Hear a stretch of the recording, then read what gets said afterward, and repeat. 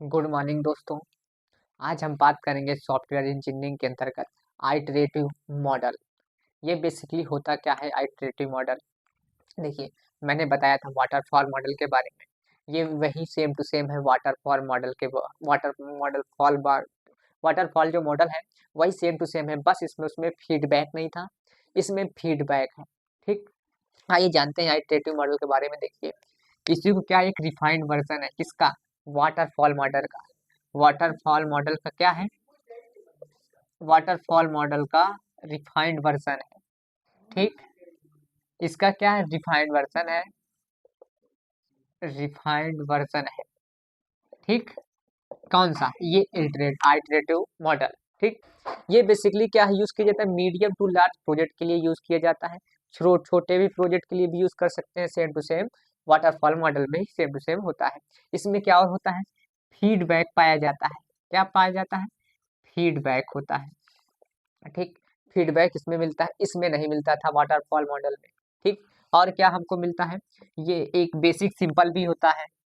ये simple model होता है। ठीक, ये बेस मॉडल भी है, इसी को बोल दीजिए आप। ठीक, और इसमें क्या नहीं होता है? ये फीडबैक भी देता है, सिंपल भी है, बेस और स्मॉल प्रोजेक्ट के लिए भी यूज किया जाता है। स्मॉल प्रोजेक्ट, स्मॉल प्रोजेक्ट के लिए भी यूज किया जाता है। ठीक, जान लीजिए बेसिकली इन इन ये अल्टरनेटिव मॉडल हमारा क्या है? ये जल्दी से वर्क भी करता है। इसके एडवांटेज क्या है? ये अर्ली जल्दी से वर्किंग करने लगता है। ठीक, अर्ली वर्किंग मॉडल। ठीक, क्या है? अर्ली वर्किंग मॉडल यानी फ्लेक्सिबल है। ठीक, वर्किंग मॉडल यानी ब्रैकेट में लिखिए, ये क्या है? फ्लेक्सिबल है, ये जल्दी से वर्क करने लगता है अगर डिजाइन करते हैं एडप्रेटिव मॉडल का यूज करके। ठीक, अब जान लीजिए इसकी डिजाइन, इसकी डिजाइनिंग कैसे कैसे करते हैं अल्टरनेटिव मॉडल की। सबसे पहले इसमें हम क्या करते हैं? रिक्वायरमेंट जो फिजिबिलिटी होती है स्टडी करते हैं पहले। ठीक, ये तो जान लीजिए अप्रोच ये हो गया कि हमारा अल्टरनेटिव मॉडल वाटरफॉल मॉडल का रिफाइंड वर्जन है। ठीक, अब इसकी डिजाइन की बात करते हैं, कैसे कैसे इसका डिजाइन किया जाता है। ठीक, क्या एडवांटेज है और क्या डिसएडवांटेज है। ठीक, मेन एडवांटेज है कि ये इसमें फीडबैक पाया जाता ही आपका है इटरेटिव मॉडल में। ठीक, इसको डिजाइन कैसे करते हैं? पहला हम इसमें फिजिबिलिटी फिजिबिलिटी स्टडी करते हैं। ठीक, फिजिबिलिटी स्टडी करते हैं। सी दूसरा स्टेप हम क्या करते हैं? इसके रिक्वायरमेंट एनालिसिस करते हैं। ठीक, रिक्वायरमेंट को क्या करते हैं? एनालिसिस करते हैं। इसमें भी रिक्वायरमेंट जो होती है इस मॉडल में क्या होती है? फिक्स होती है। वाटरफॉल मॉडल के बारे में चेंजेस नहीं कर सकते हैं।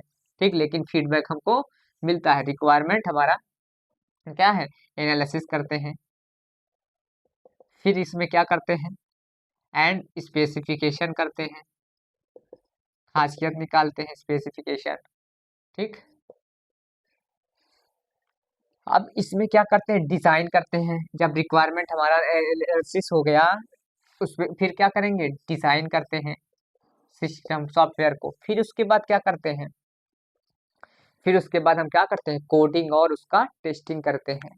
ठीक, जब डिजाइन हो गया तो कोडिंग एंड क्या करते हैं? टेस्टिंग करते हैं। ठीक, सॉफ्टवेयर इस मॉडल को आइटरेटिव मॉडल का जब कोडिंग टेस्टिंग हो गया तब हमारा क्या किया जाता है? इसका एक प्रकार से और टेस्टिंग किया जाता है जिसे बोलते हैं इंटीग्रेशन टेस्टिंग। ठीक, इंटीग्रेशन टेस्टिंग बोल दीजिए या सिस्टम टेस्टिंग बोल दीजिए इसको, या सिस्टम टेस्टिंग बोल दीजिए, या आप एंड इंटीग्रेशन इंटीग्रेशन टेस्टिंग बोलते हैं। इंटीग्रेशन, ठीक, टेस्टिंग बोलते हैं। लास्ट में हमारा ऑप्शन है, जब सिस्टम टेस्टिंग हो गया तब लास्ट पे हमारा बचता है मेंटेनेंस यानी डिलीवर।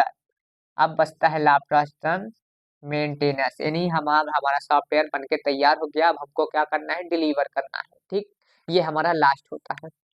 ठीक, हमारे एडवांटेज क्या क्या है इस मॉडल में? एडवांटेज की बात कर लें। ठीक, ये तो बेस मॉडल था ही, आप जानते ही हैं। बेस मॉडल है, बेसिक मॉडल सा है, बेस मॉडल या बेसिक मॉडल जान लीजिए। और क्या है? ये इसमें फीडबैक मिलता है। क्या मिलता है? फीडबैक पाया जाता है, सबसे मोस्ट इंपॉर्टेंट है वाटरफॉल मॉडल में।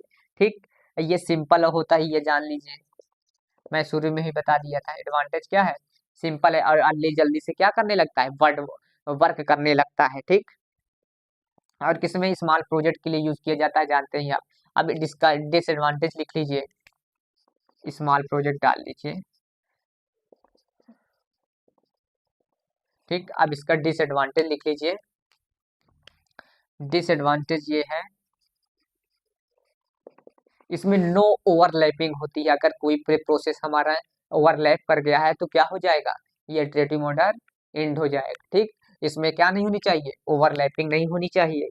नो फेजेस ओवरलैपिंग की बात करते हैं। ठीक, नो फेजेस ओवरलैपिंग। ठीक, ओवरलैपिंग। और नेक्स्ट क्या डालते हैं, इसमें नो इंटरमीडिएट होना चाहिए, नो इंटरमीडिएट डिलीवरिंग होना चाहिए। ठीक, देख लीजिए, नो इंटरमीडिएट इंटरमीडिएट क्या होना चाहिए, डिलीवरी की जानी चाहिए।